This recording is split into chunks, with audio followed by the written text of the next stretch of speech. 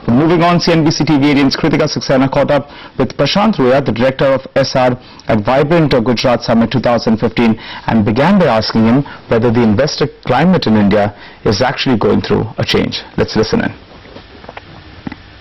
First of all, let me echo the confidence and significant enthusiasm which India is now associated with in terms of its own investment climate. I think there's been a sea change in the global perception of what's happening in India, and specifically in terms of what we see as industry in India.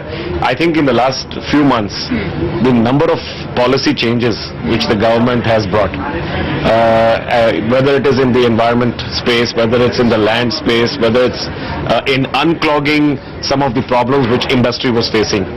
Look at it from the coal auction which is now coming up. I think a lot of those steps is helping in unclogging a lot of the investments made, especially in the infrastructure space.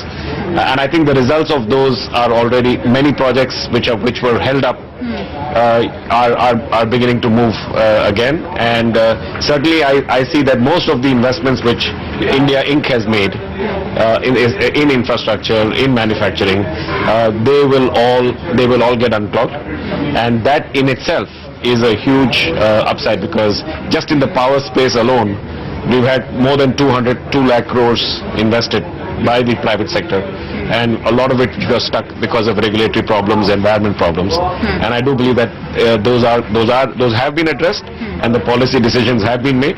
It's going to take some time for that to show up on the ground, and we're all, very, in terms of time, we're very focused on early action.